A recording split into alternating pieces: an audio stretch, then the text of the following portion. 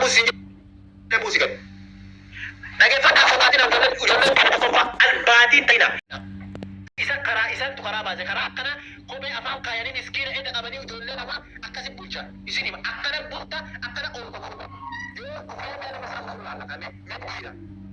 Ilmaan nadhoo ilmaan goonni nadhoo ilmaan goonni nadhoo ilmaan haadha. Akkanaan intarbii godha. Akkanaan isin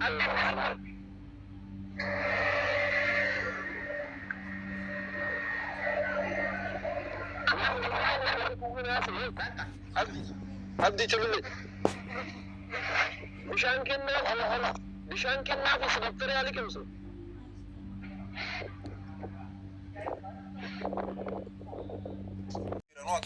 akkanatti doorsiisaa jiran ijoolleen teenyaallee rakkoo qabdi.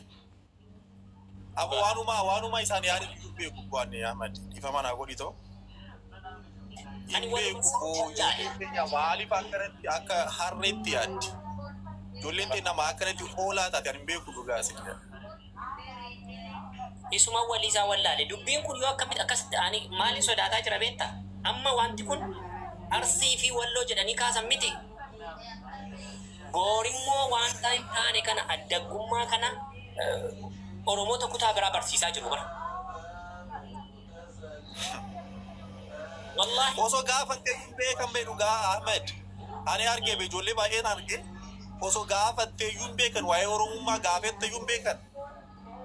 Waan. Waan takka hin beekan beeku. Ejjaan waanuma isaan yuunaan hin galle. Ayyee akka keetti maalti furmaata ta'ame. Assalamu alaikum warahmatullahi wabarakatuh. Waalaikum salam warahmatullahi wabarakatuh. Meetu gara ifama guddaa. One day akka keetti mee kanarratti yaada kenne. Ahmad akka sinjiree kanatti ani waan jedhu yuun qabu. Ani baay'ee na dhibee dhugaa sinjiraara viidiyoo baay'een qaba. Ijoolleen na ergiti viidiyoo baay'een qaba. Ani waanuma jedhu wallaalee tana akkanumaan callisee ilaalaa jira. Maaliif oonaan jette Ahmad Yusi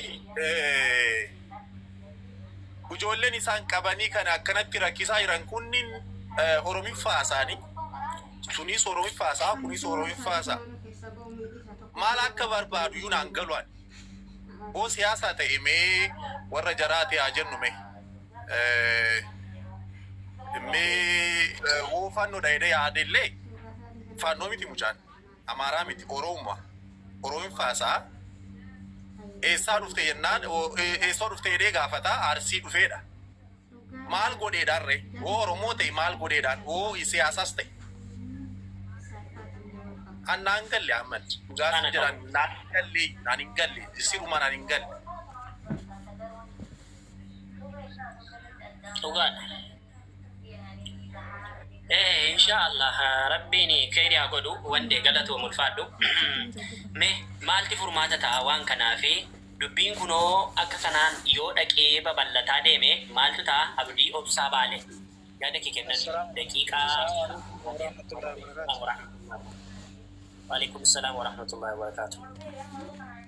Ustaaza tokkoffaa irratti akka gaafeetitti ani isiniin jedhu suuraa lamaan iyyuu osoo fayyadamtanii bareeda kakuu jira sunillee kan ijoollee Arsiiti. Waan kanarratti ammoo namni hundinuu waan kana gara wallaalee akkanumatti ilaalaa jira. Kana keessatti ammoo namni miidhamaa dhukkufaan tokkichi gama Wallootiillee gama Arsiitiillee tuqamaan jiru. Miskiina malee miskiina karaa deemu ka bishaanirraa bu'e malee kuufaan kaasirraa balaa kaasee Walloon keessaallee Arsii keessaallee tokkicha kan qabamee as gubbatti shatteen garafamin agarre. Kanaaf dubbiin kun ammoo deemee aga lubbuu namaa deemaara. Namni ammoo akka amma gama lachiiniyyuu akkanatti miskiina gafuudheetumu kun gaafa namni harkatti du'e ka harkatti du'e san qofarra deebi'a.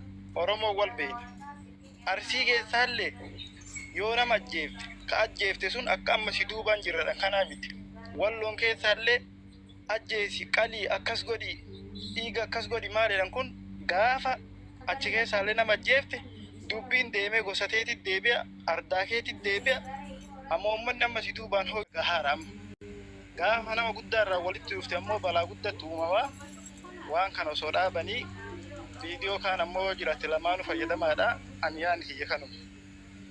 Aye, galatoomu ulfaadhu.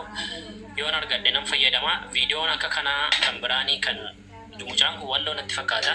Kan gama arsiillee waan akkasii yoo jiraate rakkoo hin qabu nan fayyadama dhiifama guddaa. Sorry. Hello. Abbaan dabaree itti fufi Oromoo walloo. Hello. Ayyee. Salaam alaikum jedhee salaamtaan yeroo jalqabaa yeroo isheen jedheen jira waan jiru. Akkuma jirutti itti fufna. Wanni kun akkuma fedhettu karaa lamaniin wanni jiru fakkotaadha dhugaadha karaa lamaniin wanni kun wal qabuutti jira. Waanuma jiru waanuma lafarratti erguu jirru. Dhuguma dubbiin kun kaateen isaadhaa jalqaba agartee warra afaaniin dubbii walitti deebisurraa dhaahee dukkee. Maali jennaan sooshaal miidiyaa kanarratti irra caalaa ijoolleen warri beekamtii argannee jirra jedhu warri beekamtii qabna jedhu warra nama arrabsu arrabarraa ka'e dubbiin kun jalqaba gaafa bakka kana gahu. Duruma nun tuqinaadha waan qabnuudhaan agartee madaa qabnuun illee nu waraaninaadha jenne garuu haa ta'u malee amma wanni fala ta'u tokko waan jiru fuudhanii waan walakkaa kanatti jiru kana fuudhanii haala mijeessanii uummata walitti fayyisuun gaarii naf fakkaata baalageen baalageedha yeroo makamuu.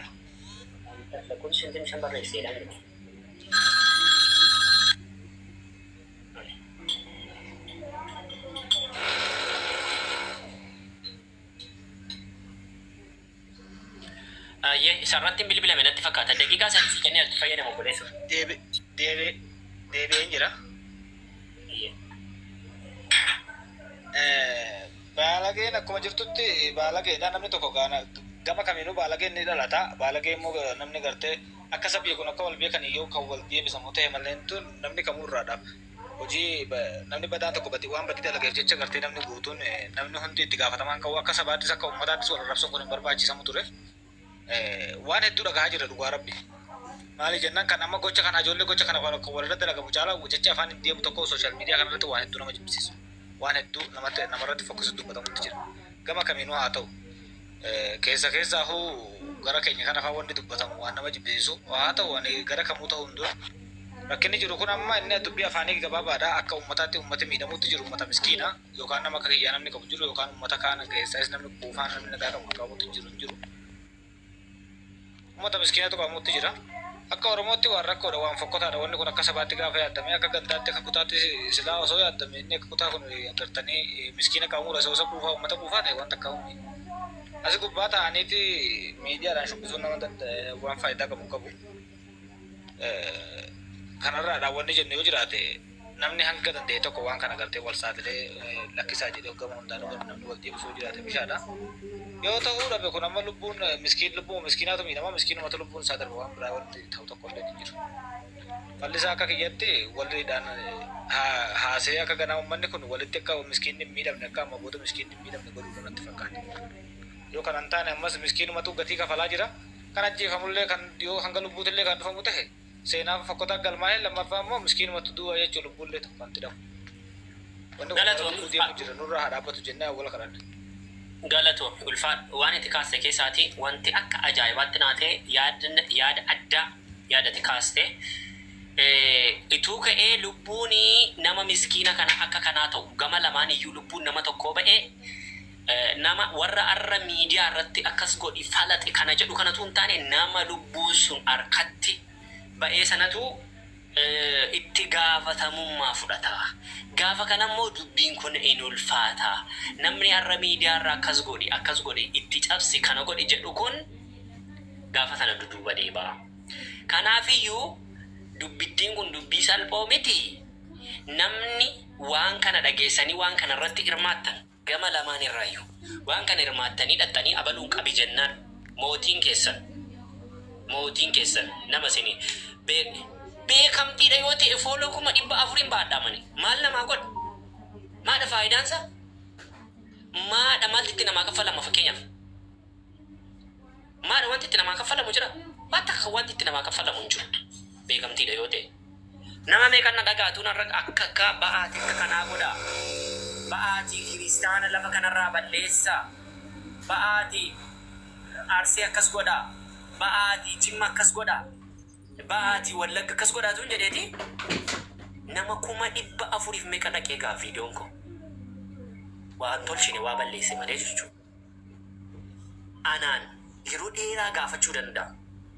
Garuu namni jecha koo dhaga'ee dhaqee bate kiristaanii tokko diige yookaan ummata Wallaggaatiin waa jedhe yookaan ummata Arsiitiin yookaan ummata Oromoota Shawaatiin waa jedhe itti gaafatamummaan namitti nama sana laallata jalqaba bakka inni jirutti.